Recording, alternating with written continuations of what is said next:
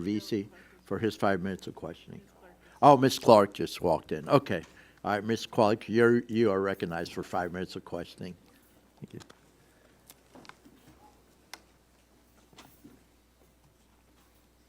Thank you very much, Mr. Chairman. We're all on roller skates today with so many hearings taking place, but let me thank our witnesses for your expert testimony here today and thank our ranking member, Chakowski. I am glad to see this subcommittee gather to discuss regulations for artificial intelligence and the future of U.S. leadership in this space. I am, however, a bit perplexed at the timing. It seems to me that we would have been better served having this discussion before our Republican colleagues voted to advance a 10-year moratorium on AI laws as a part of the big, beautiful bill to line the pockets of their big tech billionaire benefactors at the expense of Americans' health, personal freedom, privacy, and safety online. A 10-year moratorium seems wildly irresponsible given the rapid pace of technological advancement, especially in the field of artificial intelligence.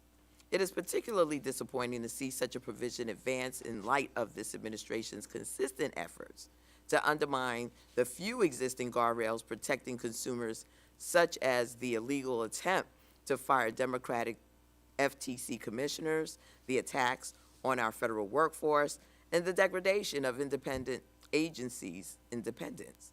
Further, while my colleagues across the aisle move forward with this short-sighted moratorium, they have not taken any meaningful steps to fill the vacuum this moratorium would leave in its wake with common sense bipartisan legislation to protect Americans' privacy and create a regulatory framework for artificial intelligence in this country.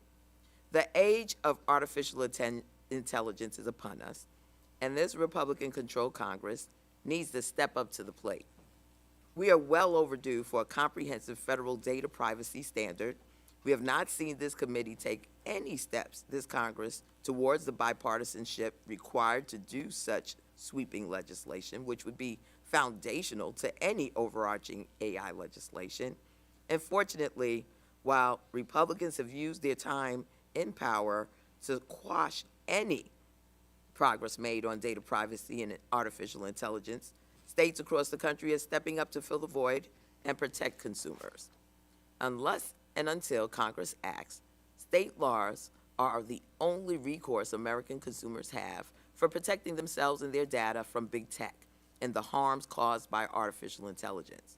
While artificial intelligence offers exciting opportunity and innovations, without the proper protections in place, the potential for harm is too great to ignore.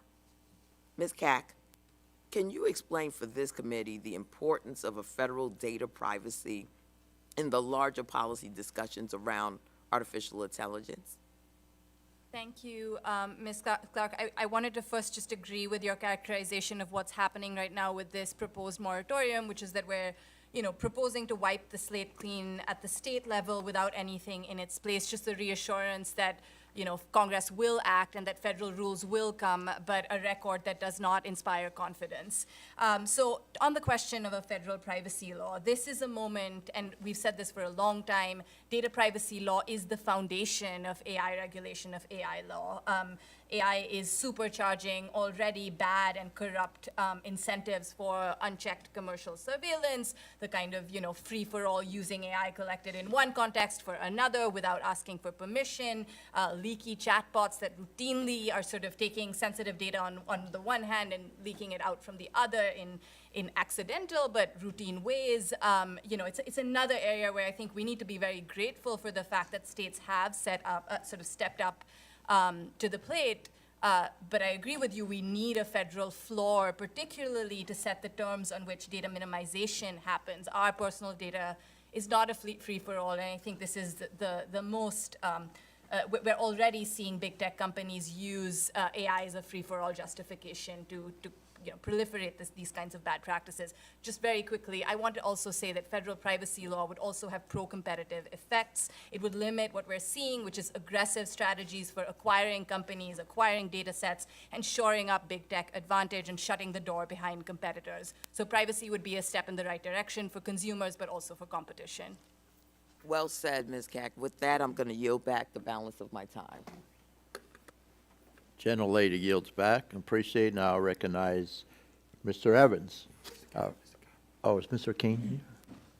Oh, Mr. Kane. Okay, Mr. Kane, recognize you for the for your 5 minutes of questioning.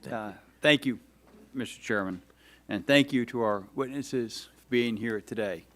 Mr. Bhargava, in your view, what can we do to make federal AI policy future-proof, or at least future-resistant, to enable innovation, even as AI technology